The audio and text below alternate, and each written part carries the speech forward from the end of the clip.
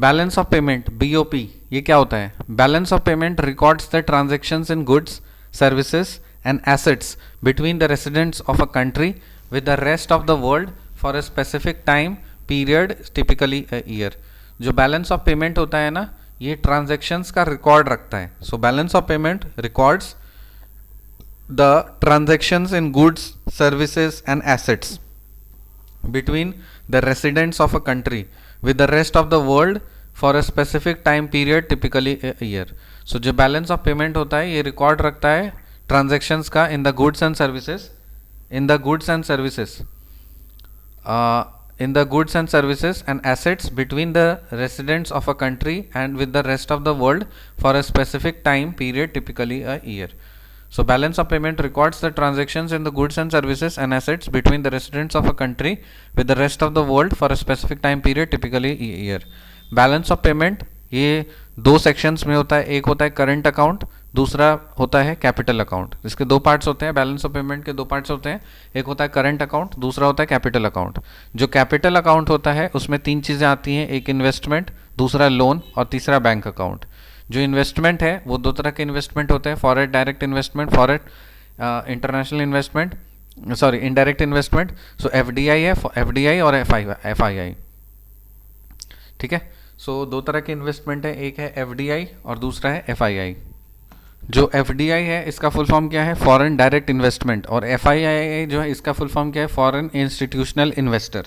तो दो तरह के इन्वेस्टमेंट होते हैं, एक होता है FDI फॉरेन डायरेक्ट इन्वेस्टमेंट और दूसरा होता है FII that is foreign institutional investor. फिर लोन में क्या क्या आता है? लोन में आपका आएगा government external commercial borrowings, government से लोन या फिर एक्सटर्नल कमर्शियल बोरोइंग्स। और जो बैंक अकाउंट है इसमें आ जाएगा आपका NRI that is non returning Indians. So balance of payment जो है BOP वो दो पार्ट्स में, एक है करंट अकाउंट, एक है कैपिटल अकाउंट। जो कैपिटल अकाउंट है उसमें तीन चीज़ें आती हैं, इन्वेस्टमेंट, लोन और बैंक अकाउंट। जो इन्वेस्टमेंट में है उसमें दो चीज़ें आती हैं, FDI और FII। फिर आपका लोन जो है उसमें दो चीज़ें आती हैं, गवर्नमेंट लोन या फिर एक्सटर्नल कमर्शियल बोरोइंग्स। और फिर बैंक अकाउंट में एक चीज़ आती है दैट इज़ NRI। फिर जो करंट अकाउंट वाला BOP है उसमें दो चीज़ें आती हैं, विजिबल और इनविजिबल। जो विजिबल होता है, जो दिखता है, उसमें क्या क्या आ जाएगा? Crude oil, cars, mobile, computers, gold, ये एट्सेट्रा। इन सब के इंपोर्ट और एक्सपोर्ट इसमें शो करते हैं, जो भी प्रोडक्ट्स हैं, crude oil, cars, mobile, gold, computers, ये सब के इंपोर्ट एक्सपोर्ट को इसमें शो होता है। और जो इनविजिबल है उसमें तीन चीज़ें आती हैं, एक होता है सर्विसेज, दूसरा होता है इनकम और तीसरा होता है ट्रांसफर्स। तो सर्विसेज एंड प्लस एडिशनल जो कुछ भी सर्विसेज से रिलेटेड है, दूसरा हो जाएगा आपका इनकम और तीसरा है ट्रांसफर्स। जो इनकम है उसमें आ जाएगा प्रॉफिट, इंटरेस्ट और डिविडेंड, और जो ट्रांसफर्स है उसमें रेमिटेंसेस, डोनेशंस, गिफ्ट्स आ जाएंगे। सो बैलेंस ऑफ पेमेंट का स्ट्रक्चर समझ में आ गया। सो बैलेंस ऑफ पेमेंट दो सेक्शंस में डिवाइडेड है, एक करंट अकाउंट के लिए, कैपिटल अकाउंट के लिए। जो कैपिटल अकाउंट है उसमें तीन चीज़ें आती हैं, इन्वेस्टमेंट, लोन और बैंक अकाउंट। इन्वेस्टमेंट में FDI और FII, लोन में गवर्नमेंट और external commercial borrowings, bank account में NRI। करंट अकाउंट में विजिबल, इनविजिबल। विजिबल में आता है crude oil, cars, mobile, computer, gold etcetera, इन सब के इंपोर्ट एक्सपोर्ट। और जो इनविजिबल है उसमें तीन चीज़ें आती हैं, सर्विसेज प्लस फिर आपका इनकम, फिर ट्रांसफर्स। जो इनकम है उसमें प्रॉफिट, इंटरेस्ट और डिविडेंड, और जो ट्रांसफर्स है रेमिटेंसेस, डोनेशंस और गिफ्ट्स। जो बैलेंस ऑफ पेमेंट है BOP ये रिकॉर्ड करता है transactions in goods and services and assets between the residents of a country with the rest of the world for a specific time period, typically a year. Current account is one of the two accounts in the BOP. It records exports and imports in goods and services and transfer payments of a country। सही बात है। Transfer payments are receipts received by the residents for free without any present or future payments in return. It includes remittances, gifts और grants।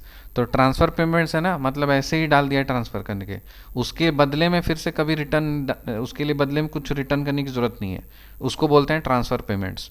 So transfer payments are receipts received by the residents for free without any present or future payments in return, and it includes remittances, gifts and grants.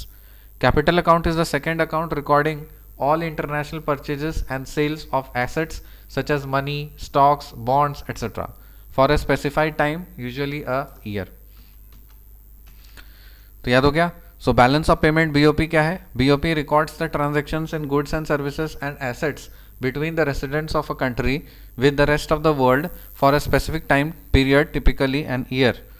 BOP जो है वो 2 sections में, एक current account के लिए, एक capital account के लिए. करंट अकाउंट में विजिबल इनविजिबल होता है. विजिबल में crude oil, cars, mobile, computers, gold etcetera, ये सब के इंपोर्ट एक्सपोर्ट होते हैं. इनविजिबल में आपका आ जाएगा सर्विसेज प्लस फिर इनकम और ट्रांसफर्स. जो इनकम है उसमें प्रॉफिट, इंटरेस्ट और डिविडेंड आएगा, और जो ट्रांसफर्स है उसमें रेमिटेंसेस, डोनेशंस और गिफ्ट्स आएंगे. कैपिटल अकाउंट में इन्वेस्टमेंट, लोन और बैंक अकाउंट है.